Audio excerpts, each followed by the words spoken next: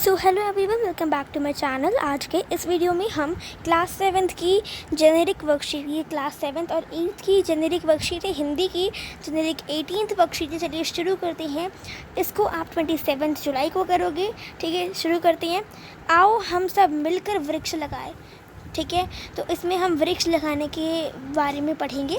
तो वृक्ष हमारी सबसे बड़ी ज़रूरत है। इनमें हमें प्राण वायु, ऑक्सीजन ही नहीं अपितु भोजन, वस्त्र, इमारती लकड़ियाँ, औषधियाँ आदि बहुत कुछ मिलता है। तो वृक्ष से हमें बहुत सारी चीज़ें मिलती हैं जो कि हमारे लिए बहुत ज़्यादा उपयोगी होती है। इसीलिए वृक्ष हमारे सबसे अच्छे मित्र हैं।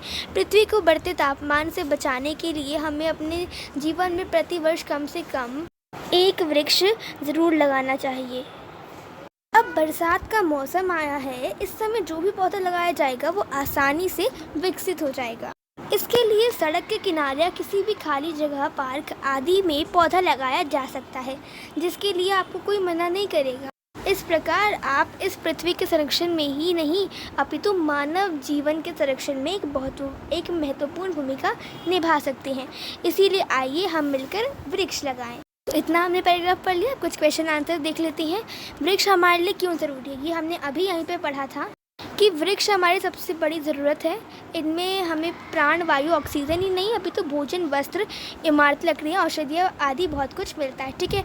तो यहाँ से लेके हम कहाँ तक लिखेंगे, ठीक है, यहाँ से लेके यहाँ तक लिख लेंगे। ये हमारा हो जाएगा फर्स्ट का आंसर।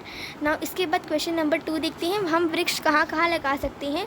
तो वृक्ष कहाँ कहाँ लगा सकते हैं ये भी हमने पढ़ा था। तो आप लिखेंगे वृक्ष सड़क के किनारे, किसी भी खाली जगह, पार्क आदि में पौधा लगाया जा सकता है, ठीक है। इसके बाद तीसरा प्रश्न, वृक्ष लगाना किस मौसम में सही रहता है। हमने पढ़ा था कि बरसात का मौसम आया और इसमें जो भी पौधा लगाया जाएगा वो आसानी से विकसित हो जाएगा, ठीक है। तो इसका मतलब है कि हम बरसात के मौसम में वृक्ष आसानी से लगा सकते हैं, ठीक है। वृक्ष लगाने से पृथ्वी के तापमान में कैसे कमी आ सकती है।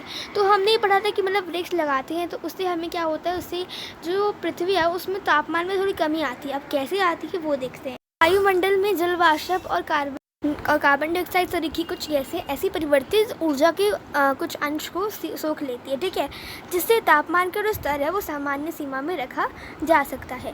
तापमान का स्तर सामान्य सीमा में रखा जाता है और फिर इसे आवरण प्रभाव की अनुपस्थिति में पृथ्वी अपने सामान्य तापमान से 30 डिग्री सेल्सियस अधिक सर्द हो सकती है, ठीक है।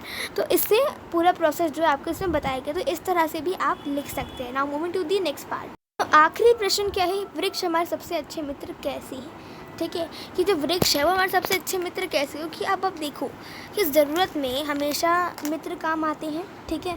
और जो वृक्ष है ना ये भी हमारी कभी कभी ज़रूरत में काम आते हैं, ठीक है। कैसे आते हैं, क्योंकि ये हमें वस्त्र, भोजन और इमारत लकड़ियाँ इतना सब कुछ हमें देती हैं। तो ये हमारे आखिर अच्छे मित्र कैसे नहीं हो सकते भाई, ये तो सबसे अच्छे मित्र है, ये हमारे हमेशा हेल्प करते हैं। तो इसी वजह से हमें इतना कुछ देते हैं, हमारा इतना ध्यान रखते हैं और इसी वजह से वृक्ष हमारे सबसे अच्छे मित्र हैं, ठीक है।